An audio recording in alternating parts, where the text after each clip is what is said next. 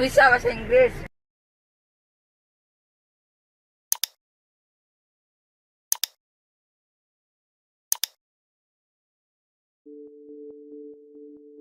Film dibuka dengan sebuah pencurian mobil lapis baja yang dilakukan oleh sekelompok perampok, di mana dalam pencurian itu sempat terjadi adu tembak di antara kedua belah kubu yang membuat beberapa personil polisi harus menjadi korban dan satu korban lain dari anggota perampok tersebut. Namun walaupun begitu, para perampok ini pun tetap bisa menjalankan misinya dengan lancar dan berhasil mencuri mobil itu. Nah, singkatnya, sesampainya di markas, ketua perampok yang bernama Ray, dia ini menyalahkan keputusan anggotanya yang membunuh beberapa anggota polisi karena dia anggap hal itu akan membawa mereka berhadapan dengan deputi elit kepolisian Los Angeles. Di keesokan harinya, elit kepolisian Los Angeles yang dipimpin oleh Nick, mereka pun langsung melakukan olah TKP, di mana dari beberapa barang bukti yang ditemukan di TKP, sekaligus dari kesaksian salah seorang warga, Nick pun meyakini jika perampok ini bukanlah orang sembarangan, atau dengan kata lain, mereka ini merupakan sebuah kelompok yang terdiri dari orang-orang yang sudah sangat berpengalaman. Di sisi lain, saat olah TKP sedang dilakukan, ternyata ada salah satu kelompok perampok yang bernama Barco. Dia ini terlihat memfoto Nick dan anggotanya yang sedang melakukan olah TKP, kemudian mengirimkan foto itu kepada Ray. Nah, di sini Ray yang melihat foto itu, ia pun langsung browsing dan akhirnya mengetahui jika sekarang mereka sedang berhadapan langsung dengan pimpinan elit kepolisian Los Angeles yang terkenal gacor, yaitu Nick O'Brien.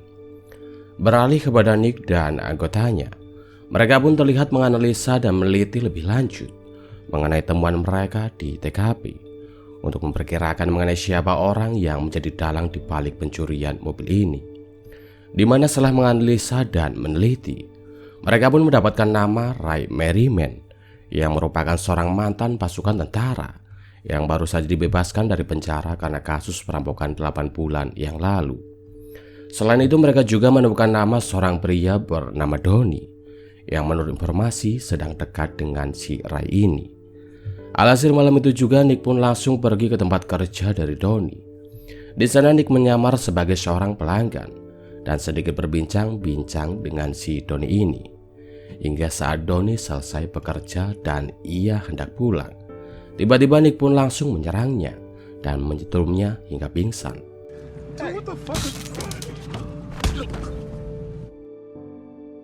Di keesokan harinya, Donnie yang baru saja tersadar, ia pun langsung diinterogasi oleh Nick dan anggotanya yang menanyakan mengenai ada hubungan apa antara Donnie dengan Ray. Pada awalnya Donnie gak mau buka mulut, namun setelah ia dipiting oleh Nick sampai kehabisan nafas, pada akhirnya ia pun mengatakan jika ia memang merupakan bagian dari kelompok Ray. Namun ia ini hanya bekerja sebagai seorang supir dan gak lebih dari itu. Selain itu, Donnie juga mengatakan jika ia baru kenal dengan Ray selama 2 bulan ini, sehingga ia pun gak tahu apa tujuan si Ray ini mencuri mobil itu. Namun yang ia tahu, jika si Ray ini orangnya sangat detail dan teliti dalam setiap kali ia merancang sebuah rencana. Nah, singkat cerita, di keesokan harinya, Donnie pun kembali bertemu dengan Ray dan para anggota yang lain. Dan disinilah akhirnya Ray pun mulai mengatakan rencananya, yang ternyata ia berniat merampok Bank Federal Los Angeles, yang merupakan banknya dari seluruh bank yang ada di kota Los Angeles. Ray mengatakan bank ini merupakan satu-satunya bank yang gak pernah kebobolan perampok satu kalipun, karena tingkat keamanan yang sangat ketat, sehingga ia pun terpancing untuk bisa merampok bank tersebut. Ray menjelaskan jika setiap harinya ada sekitar 30 juta dolar pecahan uang seri lama yang akan dihapus nomor serinya, dan uang yang nomor serinya itu sudah dihapus, maka uang itu akan dianggap telah hilang, atau lebih tepatnya sengaja dihanguskan oleh Bank Federal itu sendiri. Jadi misi mereka kali ini adalah untuk merampok uang senilai 30 juta dolar yang nomor serinya sudah dihapus, sehingga pencurian mereka pun tidak akan diketahui oleh siapapun, karena uang itu dianggap telah hilang oleh Bank Federal itu sendiri. Sementara itu, di sisi lain, Nick dan anggotanya pun terlihat sedang membahas semua informasi yang diberikan oleh Donnie mengenai Ray, sekaligus menggali informasi lebih lanjut mengenai profil dari si Ray ini. Di waktu yang sama, Ray dan anggotanya juga mulai menyusun rencana dan menyiapkan segala sesuatunya yang mereka butuhkan dalam aksi perampokan. Hingga di keesokan harinya, saat semua rencana dan persiapan telah matang, Donnie pun langsung menyamar sebagai seorang kurir makanan untuk bisa masuk ke dalam bank itu, di mana Donnie sengaja membawa 2 bungkus makanan, kemudian memberikan 1 bungkus makanan itu kepada seorang pegawai yang memesan, dan 1 bungkus makanan yang satunya lagi sengaja ia simpan di atas ventilasi udara.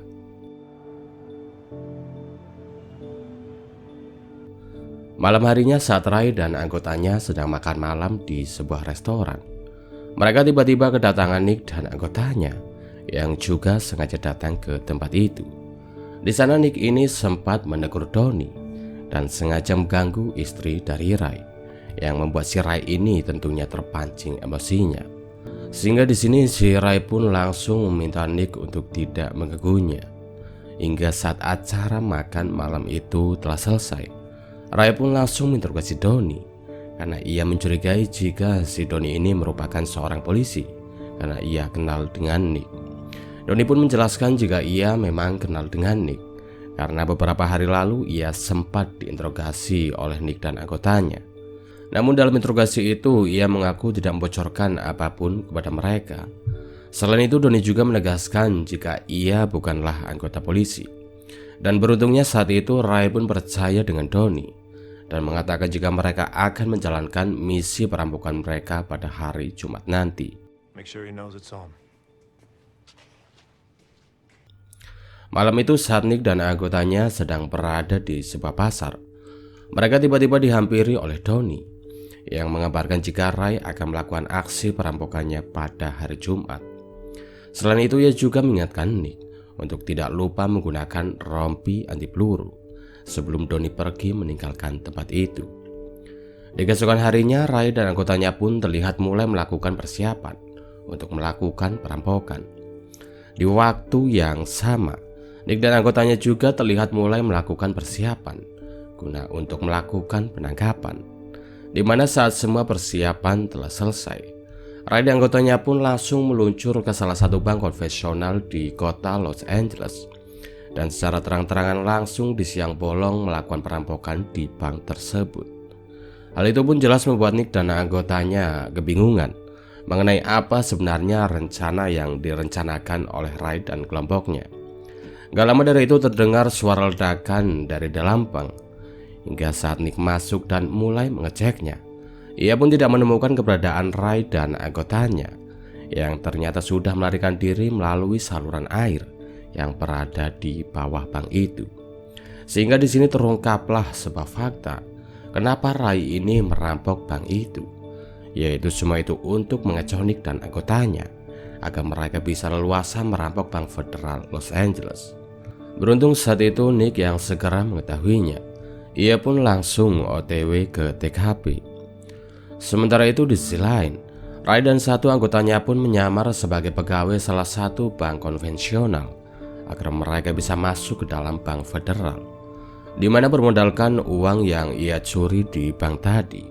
Ray pun berpura-pura akan menyetorkan uang pecahan baru kepada Bank Federal, di mana ketiga pihak Bank Federal sedang menghitung semua uang yang dibawa oleh si Ray ini. Tiba-tiba Barco matikan listrik yang ada di tempat itu, yang membuat petugas keamanan meminta seluruh pegawai bank untuk sementara keluar sampai listrik kembali menyala. Hal itu pun langsung digunakan oleh Donnie yang bersembunyi di dalam kotak uang untuk mengambil semua uang pecahan lama dan membuangnya ke dalam tempat pembuangan. Hingga saat listrik telah kembali menyala, Donnie pun langsung masuk dalam ventilasi udara yang terhubung ke toilet. Dan di sini akhirnya terungkap sebuah fakta kenapa beberapa hari lalu si Donnie ini sengaja meninggalkan sebungkus makanan di ventilasi udara, yaitu agar ia bisa keluar dari Bank Federal tanpa dicurigai oleh petugas. di mana setelah memberikan makanan itu kepada salah satu pegawai yang memesan, ia pun langsung berjalan ke arah pintu keluar. Walaupun saat itu sempat ada seorang petugas yang sempat mencurigai Doni, namun pada akhirnya petugas itu pun melepaskan Doni karena mereka menganggap jika Doni hanyalah seorang kurir makanan. Sementara itu di sisi lain, Bargo pun langsung membegal truk sampah yang membawa semua uang itu dan langsung OTW ke lokasi yang telah ditentukan oleh Ray. Di waktu yang sama, Doni yang berjalan menjauh dari area Bank Federal, ia pun tak sengaja bertemu dengan Nick dan anggotanya yang langsung menangkap serta mengajarnya, sembari menanyakan di mana lokasi Ray saat ini. Di mana setelah mereka mendapatkan informasi, mereka pun langsung OTW melakukan pengejaran terhadap Ray. Di lain tempat, Ray yang telah bertemu dengan Bargo, ia pun mendapat kabar dari salah satu anggotanya yang mengabarkan jika Doni telah terciduk oleh Nick.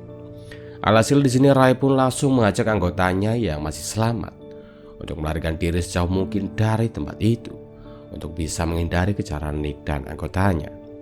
Namun saat dalam pelarian, Ray dan anggotanya malah terjebak sebuah macet yang membuat mereka terkejar oleh Nick dan anggotanya. Di momen ini Nick yang sudah melihat posisi dari Ray, ia pun langsung borgol Doni di dalam mobilnya sebelum ia dan anggotanya mulai melakukan pengejaran terhadap Ray dan anggotanya.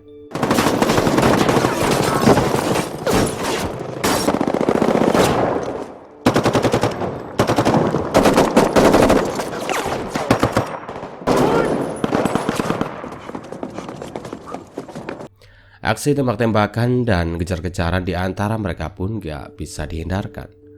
Hingga saat Nick berhasil menembak Ray di bagian perut, ia pun terus melakukan pengejaran terhadap Ray yang kini telah terluka, yang membuat Ray pada akhirnya harus tewas di tangan dari Nick O'Brien.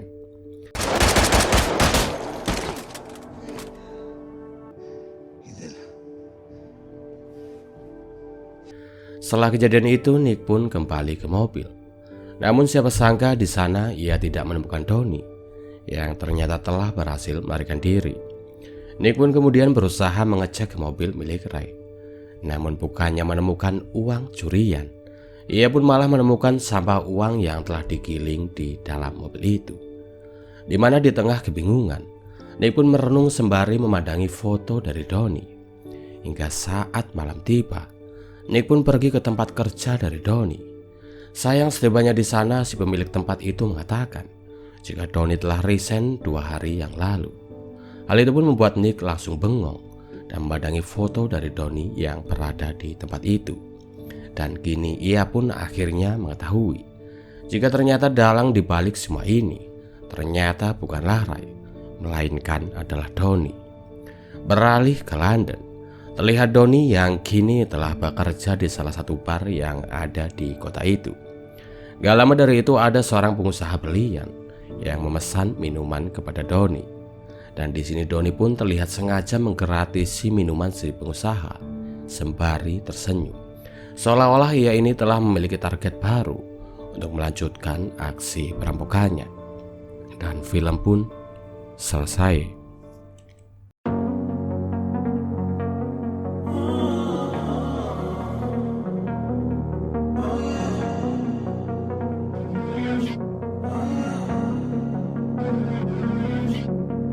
Walking away, your words are lost on me.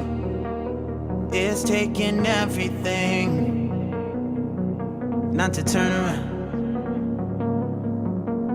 Throw it away, see if you'll let go of me when you're not holding me.